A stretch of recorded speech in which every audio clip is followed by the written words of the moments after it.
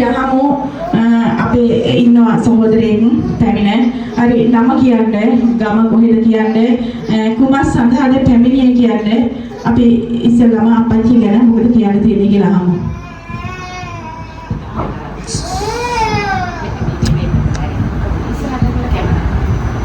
Mobile පිටින් නම් ආවේ එක දවසයි විතර පැමිණියේ කිසිම විශ්වාසකින් නෙමෙයි ආවේ. ඇත්ත කතාව. සාමාන්‍යයෙන් මම කිසි දෙයක් විශ්වාස කරන මිනිසෙක් නෙවෙයි. හැබැයි මෙතනට ඇවිල්ලා මම ෆාමසි එකක් කරන්නේ මට තිබුණා කොන්දේ අමාරුව. ඒ කොන්දේ අමාරුව ඇත්තටම මුත්‍රා ගාලා තියෙනවා මට. සහ සීනිත් තියෙනවා. හැබැයි මම බෙහෙත් නොබී තමයි ආවේ. මොකද මම අවශ්‍ය බෙහෙත් දන්නව මොනවද බොන්න ඕනද කියලා. මගේ වෘත්තියත් එක්ක මම ඒව දන්නවා මොකද්ද කරන්න ඕනේ කියලා. හැබැයි මම මොකක්වත් බෙහෙත් නොබී තමයි මෙතනට ආවේ. ඒවිල මම සද්ද නැතුව හිටියා. හැබැයි අපච්චි දැක්ක අතර මම ඈනුම් ඇරලා ඉන්නවා. මම ඈනන නෝට් එකේ ඉන්න මොකට එහා පැත්තට ගියා වань නොපෙනෙන්නේ.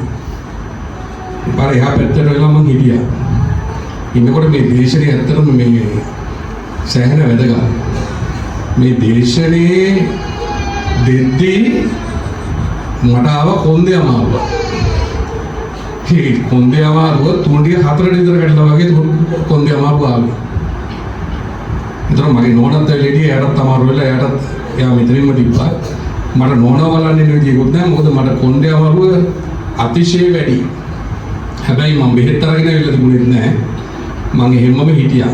ඉඳලා අවසානයේ ඇත්තටම මට මේ සින්දු ටික දාලා මේක මට වැඩි කියලා හිතුණා. මට ඉන්න බැරි අන්තිම අවස්ථාවේ හිටියේ මම අවසානයේ එළියට යන්නේ කොවිලාද කියලා බලාගෙන හිටියේ. මොකද ඒ තරම්ම කොන්දේ අමාරු වැඩි වෙලා තිබුණේ. වැඩි වෙලා තියලා මම කොහොමද මේ වගේ අදිස්ථාන කරලා මම හිටියා මෙතන වෙලා ආපු වැඩේ ඉවර කරගෙන යන්න ඕනේ කියලා. හැබැයි අවසානයේ තෙල් සාත්තුව කරා අපච්චි මට ඔළුවට අත තියලා ඒ කරාට පස්සේ මම මෙතනින් හිමීට එළියට ගියා. එළියට ගිහිල්ලා මෙතනුත් එළියට ගියා. බස් එකට යද්දි මගේ අතපය මට තියෙනවා වගේ හිතුණා. මේ බස් එකට යද්දි ඒ කියන්නේ මට ඕන විදිහට මගේ අතපය හසුරවන්න පුළුවන්. කොන්දේ අමාරුවක් නැහැ. තීච්ඡ පාදේ අමාරුවක් නැහැ. මුකුත්ම නැහැ. ඊට පස්සේ නැවත මට මේ කොන්දේ අමාරුව ගෙදරදී ආවා. මද වශයෙන් තමයි ආවේ. ආවට පස්සේ අපි නෝනගර වැඩි අරින් තෙල් ටිකක් අරගෙන ගාපු ගාමම එම සැලෙන් එහෙ නැති වුණා. ඒක තමයි මේ සැබෑම තත්ත්වය. ඒ නිසා මම පැමිණෙන ආදරණීය හිතවතුන්ගේ කියන්නේ මේ කතාව මම ට්‍රේනින් වෙලාව. ඒ නිසා මම කලින් ඇවිල්ලා පුරුදු වෙලාවත් මේ කතාව කිව්වේ නැහැ. අහබ්බෙන් තමයි මේ සිද්ධිය වුණේ. මම මෙතුමීට කිව්වා මම ආපු වෙලාව මෙහෙම දෙයක් වුණා කියලා. අපි ඇත්තක් වුණා නම් ඒක ඇත්ත ඇත්තටම පිළිගන්නවා. ඒක තමයි එතකොට කරන අයගෙත් මේක සත්භාවය වැඩි වෙලා ඒක නුගම්බුවේ මේක කරන්නේ. ඒ නිසා මේ වෙච්ච සිද්ධිය නේද මම කිව්වේ බොහොම ස්තුතියි. අපරාජිත වෙනවා. ඒ සහෝදරය කියනවා මම විශ්වාසයෙන් නෙමෙයි මෙතනට ආවේ. මම අහනවා අපච්චි ටික වෙලාවක් යද්දී අපච්චිගේ විශ්වාසයක් ඇති වුණාද?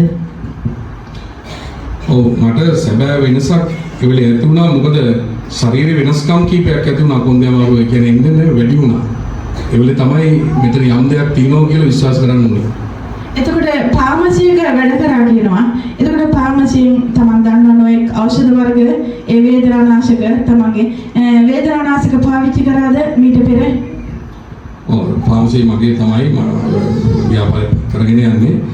එතකොට වේදනානාශක නෙමෙයි ඒක සුව වෙන්නම අවශ්‍ය බෙහෙත් තියෙනවා. නමුත් ඒ ක්‍රියාවලිය නිසියාකාරවම ඉංග්‍රීසි බෙහෙතෙන් ටිකක් අමාරුයි හොඳ කරගන්න. ඒක නිසා තමයි මෙවැනි තැනකට එන්නම බලාපොරොත්තු වෙන්නේ. ඒක ඒ විදිහටම සිද්ධ වුණා මෙතනට ඇවිල්ලා. අවශ්‍යයකට එහා ගිය ප්‍රතිකාරයක් කියලා කියනවා. ඉතින් කියනවා ෆාමසිය වැඩ කරා. හැබැයි මම නොයෙක් බෙහෙත් ගත්තා. ඒත් මගේ කොන්දේ අමාරු අඩුුන්නේ නැහැ. එක දවසයි වෙන්නදී එක දවසයි ආවේ මං සුව වුණා. නැවත ගෙදර ගිහින් මට කොන්දේ අමාරුව පොඩ්ඩක් ආවා. මම නෝනා තෙල් ටිකක් ගෑවා මගේ සුව වුණා. ඉතින් එක දවසක් ඇවිල්ලා තමයි මේ දේශනේ දෙන්නේ මේ සාක්ෂිය දෙන්නේ. ඒකයි සමහර අයට එක දවසෙන් සුව වෙනවා. සමහර වෙලේ දින 2ක් 3ක් යනවා. ඒකයි දින 7ක් දීලා තියෙන්නේ. අනිවාර්යෙන් දින 3ක් 4ක් වෙද්දී Tamanට වෙනස දැනෙනවා. ඒ නිසා අපි අහමු සුව වුණා සතුට ඇවිල්ලා ඉස්සරහට කියනවා. ඉතින් හොඳයි ඉස්සරහට ඇවි කියන එක අප්පච්චි ගැන මොකක්ද කියන්න තියෙන්නේ? අප්පච්චි මේ කරන මහඟු සේවය ගැන මේ දෙවියන්ගේ ආශිර්වාදය ගැන නොකියා යන්න බෑ. ඒ අප්පච්චි ගැන විදුවක් කියන්න. මට දැනෙන්නේ මේ ඉපා සත්‍ය කියලා මේක හැංගෙනවා මේ වැඩ පිළිවෙල සහ ඒක කිසි කෙනෙකුට මම හිතන්නේ ඒක ප්‍රතික්ෂේප කරන්න බෑ. ඒක මෙතන ඉන්න අයට මම හිතන්නේ සත්භාවයෙන් ඉඳීම තමයි මෙතන අමාරුවෙන් හිටගෙන ඉඳීම සහ අපි ආපු වැඩේ කරන්න ඕනේ කියන හැඟීම මත හිටියොත් මම හිතන්නේ ඒ බලාපොරොත්තු වෙන දේ ඒ ආකාරයෙන් සිද්ධ වෙයි කියලා මම හිතනවා. විශ්වාසයෙන් එන්න කියලා ඉල්ලනවා සියලු දෙනාගේ. හරි ඒ සාක්ෂියට ආශිර්වාද කරනවා තවත් ඒ වගේම නිදුක් නිරෝගී සුවය අප්පච්චිගේ ආශිර්වාදය ප්‍රාර්ථනා කරනවා. හරි සියලු දෙනාට පවුලේ සියලු දෙනා